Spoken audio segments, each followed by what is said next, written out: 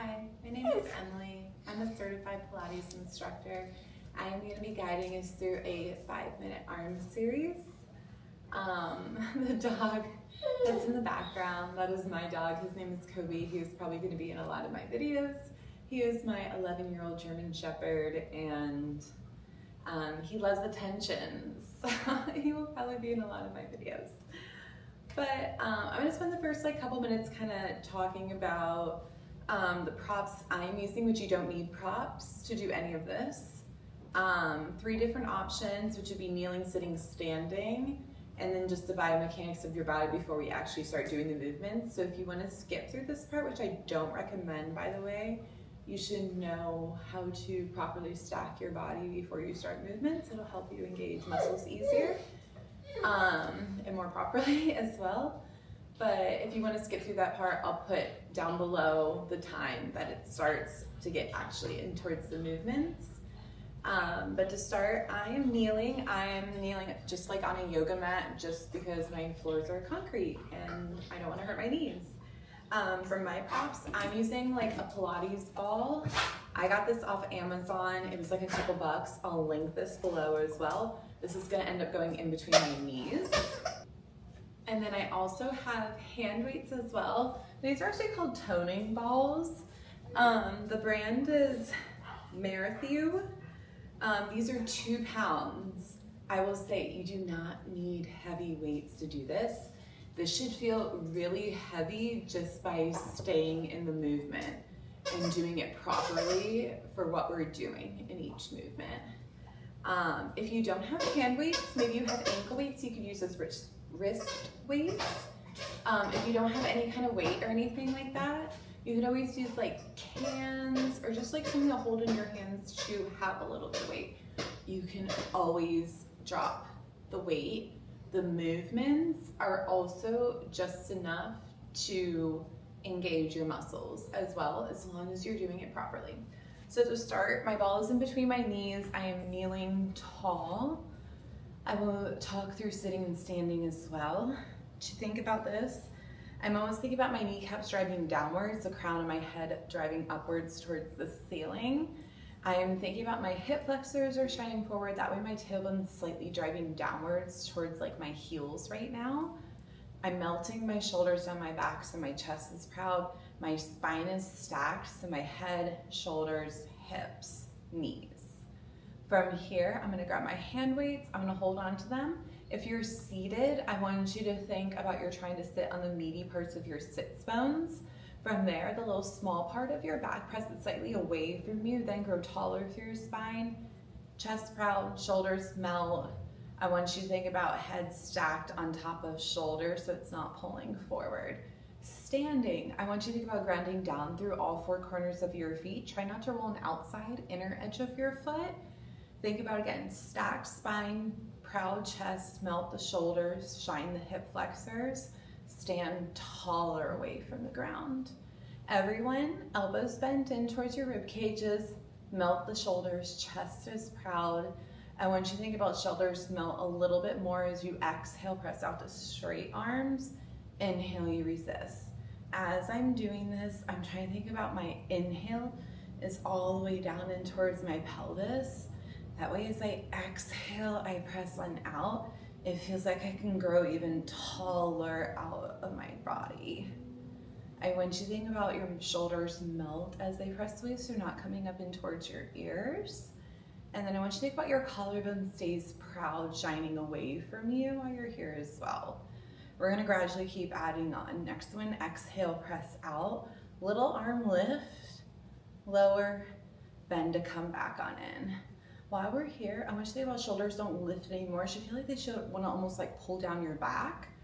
Or almost feels like someone sets a brick on top of your shoulders, and then it feels like more of a bicep lift. And we'll lift lower. It should just be an inch or 2.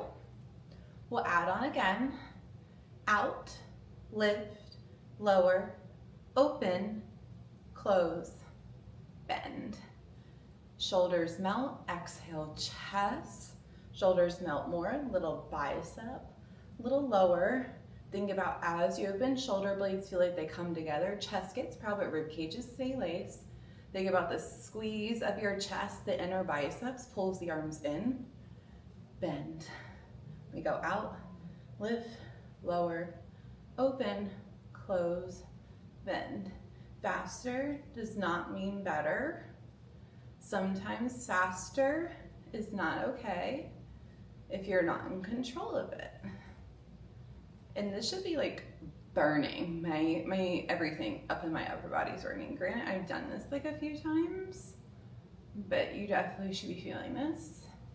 Even the front side of my forearms are starting to light up. I don't know if you can see my hands like super well. I have a very light grip on my fingers.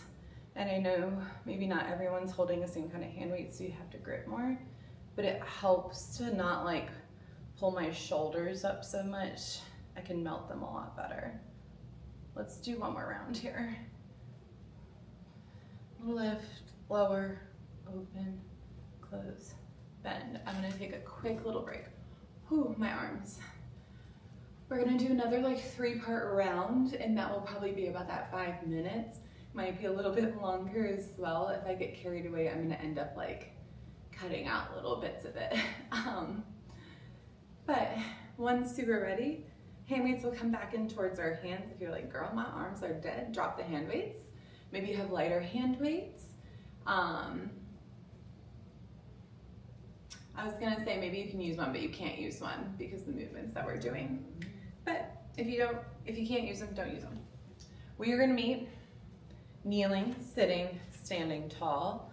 Everyone elbows bent, fingers up. And I want you to think about framing your face like number 11. Once I am here, I'm melting my shoulders, my collarbone's proud in between my shoulders. I just want you to think about, we're gonna start to open up our arms towards a field goal and then close your arms back to parallel. As we open, the rib cages don't flare and the head does not pull forward. It should feel chest and back. Feel like it outlines your throat as well as your arms open, making sure your head does not pull forward. I'm trying to keep my elbows lifted in line with my shoulders. It's heavy. If they start to drop, that's okay. From here, press, lower, come back to parallel. Open, exhale, inhale, exhale. Open, press, lower, close. I don't know if you can see, you can keep going. I know you might be tired too. My shoulder keeps like flaring up as I'm trying to close it back on in. So I'm really trying to pull the left side of my body back as I'm pulling my elbow point in.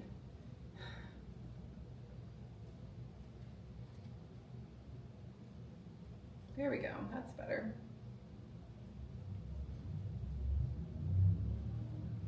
Oh my gosh, my arms are dead. That shoulder press, and there's one more variation. Let's add it. Okay, we're gonna open, we're gonna press, we're gonna lower, we're gonna lift, we're gonna bend, we're gonna close. So we open, press, lower, lift, bend, close, making sure that we're breathing the entire time. Let's do one more. Okay.